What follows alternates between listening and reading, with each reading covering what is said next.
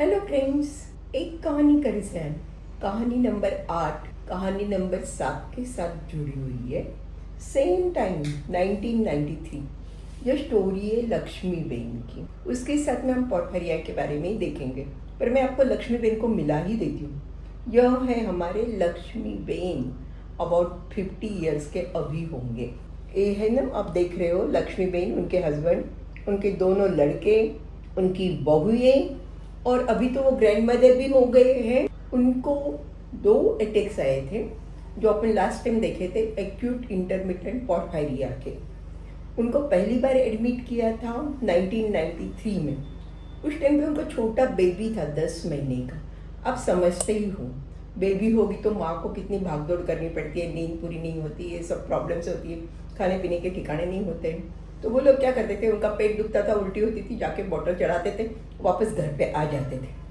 वलसाड़ के हैं ये लोग। उनको फिर बाद में ऐसे लगा कि वो क्या बोल रहे हैं, ठिकाना नहीं आ रहा, तो किसी को लगा डिलीवरी हुई है इसकी, वो दिमाग के ऊपर असर हो गया है, आभास हो रहे हैं, डिल्यूजन्स हो रहे हैं, सो नहीं रहे, कुछ पकड़ने जा रहे हैं, ऐसे जब चल रहा था। उसके बाद फिट्स आ गई। फिट्स आने के बाद वो लोग डर गए, सीधा महावीर हॉस्पिटल में उसको वहाँ के हॉस्पिटल से शिफ्ट कराया। वहाँ एडमिट हुए थे तो मेरी हाउस ऑफिसर डॉक्टर अस्मा ने फ़ोन करके मेरे को बोला, मैडम परेश जैसे ही पेशेंट आया है, उसका भी यूरिन करा लूँ? मैं कि हाँ करा ही ना, यूरिन पोर्फोबिलिनोजेन जैसे, वैसे ही हिस्ट्री पर से तो लगता ही है, बाकी रिपोर्ट्स तो उनके पास है, वो नॉर्मल ही है।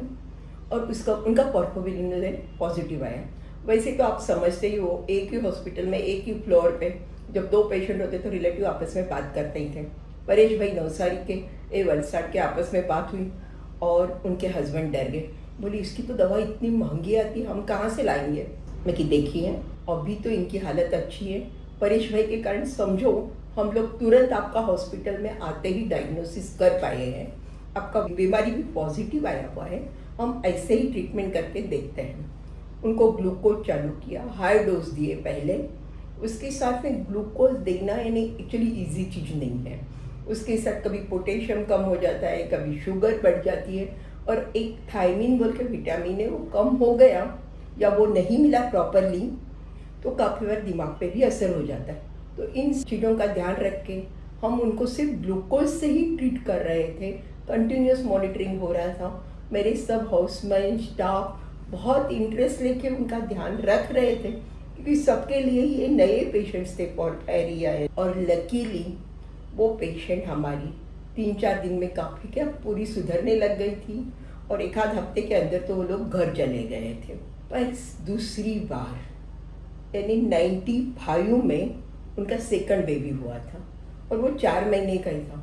वापस उनको पेट दुखता था, ये होता था, वो वापस जाके वहाँ पे बॉटल चढ़ा रहे थे। तो उनको एक मालूम पड़ गया था उन लोगों को कि ग्लूकोज का बॉटल लेते तो अच्छा हो जाता है, पर नहीं हुआ वैसे। उन्होंने 4-5 दिन बॉटल लिए, बाद में फिट्स आ गई, बेहोश हो गए, इधर लेके आए थे।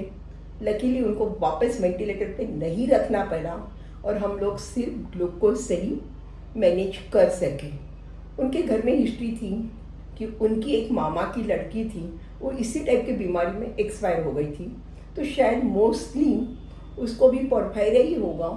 और दूसरा उनकी एक सिस्टर को ही बाद में हम लोगों ने यही बीमारी डिटेक्ट की हुई थी और पोर्फिरिया था, तो ये शायद इनका कारण जेनेटिक भी हो सकता है। उसके बाद में लक्ष्मीबेन को हमारे पास इस कारण के लिए आने की कभी ज़रूरत नहीं पड़ी, वो अपना ध्यान पूरा रख रहे थे। अब ये पोर्फिरिया क्या है? आपने हीमोग्लोबिन नाम सुना है? Haem plus globin, haemoglobin. Haemoglobin कहाँ सुनते हो आप? एनीमिया हो गया, हीमोग्लोबिन कम हो गया, आयरन कम हो गया, ये आप सुनते रहते हो, वही हीमोग्लोबिन। और उसमें से एक हीम पार्ट है। हीम पार्ट में 2 पार्ट होते हैं, एक आयरन का भाग होता है, एक पोर्फिरिन की रिंग होती है।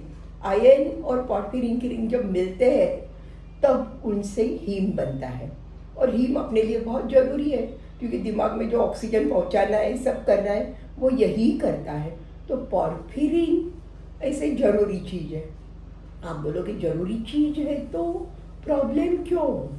देखो, पोर्फिरिन पोर्फोबिलिनोजेन से बन रहा है।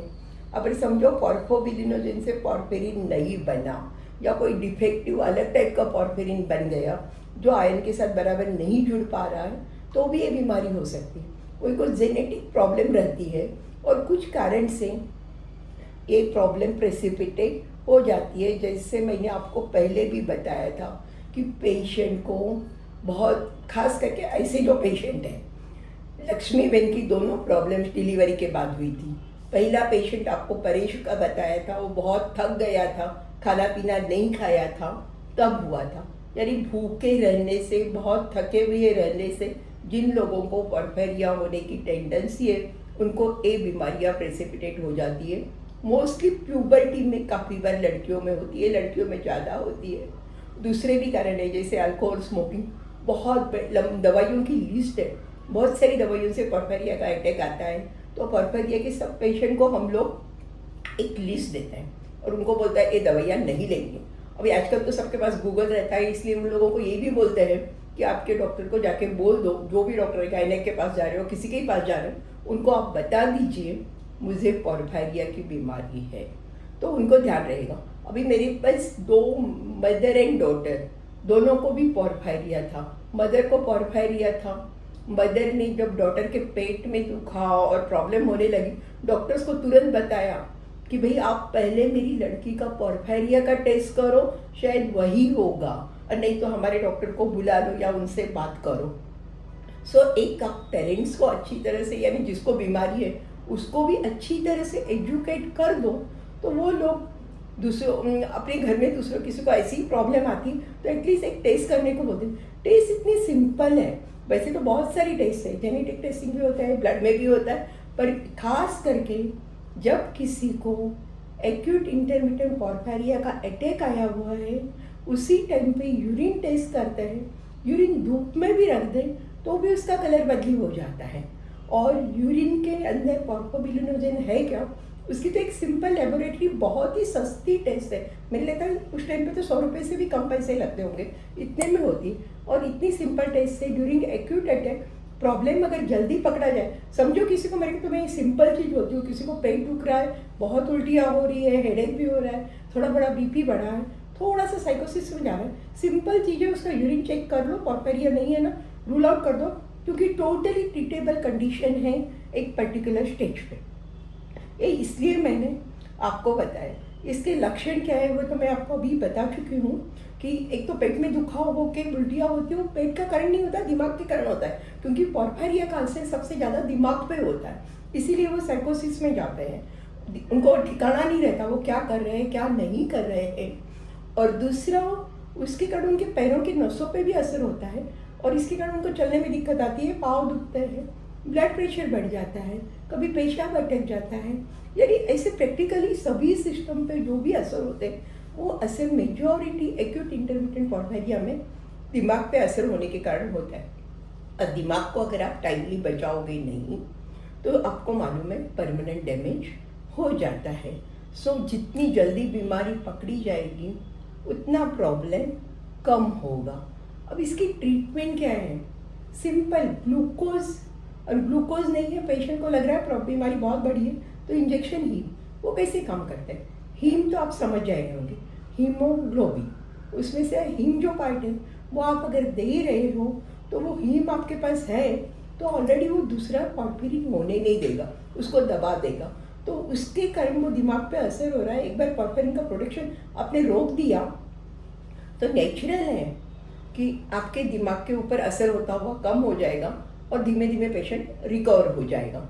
दूसरा, आप जब एक पेशेंट को आप ट्रीट कर रहे हो तो पहले दवाइयों की लिस्ट चेक करो, बिना जरूरी की सब दवाइयाँ हटा दो तो भी पेशेंट रिकवर हो जाता है। और दूसरा, ग्लूकोज, ग्लूकोज के कारण ही पोरफिरिन का प्रोडक्शन कम हो जाता है, और उसके कारण, ग्लूकोज के कारण डायरेक्ट एनर्जी भी मिलती है अपने को। मैं काफ़ी बार, जो मेरे पेशेंट है, बच्चे समझो खेलने कूदने वाले हैं, जो 15-16 साल के लड़के हैं, क्रिकेट खेलते हैं, ये खेलते हैं, तो उनको बोलती हूँ भाई खाने के पहले थोड़ा सा केला वेला खा ले, थोड़ा शरबत पी के जा, और फिर बाद में ग्लूकोज का पाउडर कुछ भी, थोड़ा सा पैर भी दुखने लगे तो ले लेना, तो अटैक ही आएगा। ज़्यादा थके इतना मत कर।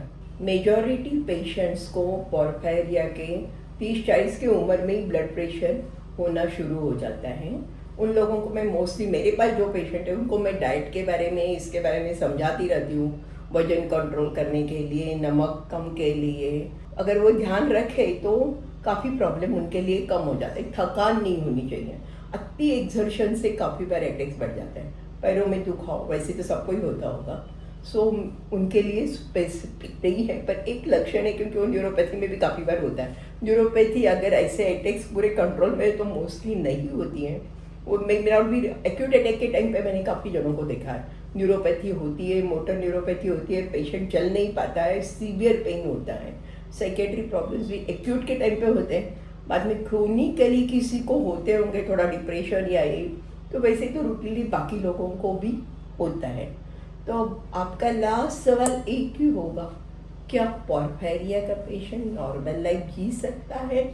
जस्ट देखिए ये लक्ष्मी बेन की फैमिली एंजॉय कर रही है, इनको देख के आपको नहीं लग रहा पॉर्फायरिया है? ठीक है, हमें मालूम है, हम हमारा ध्यान रख सकते हैं और अच्छे से जी सकते हैं। Thank you.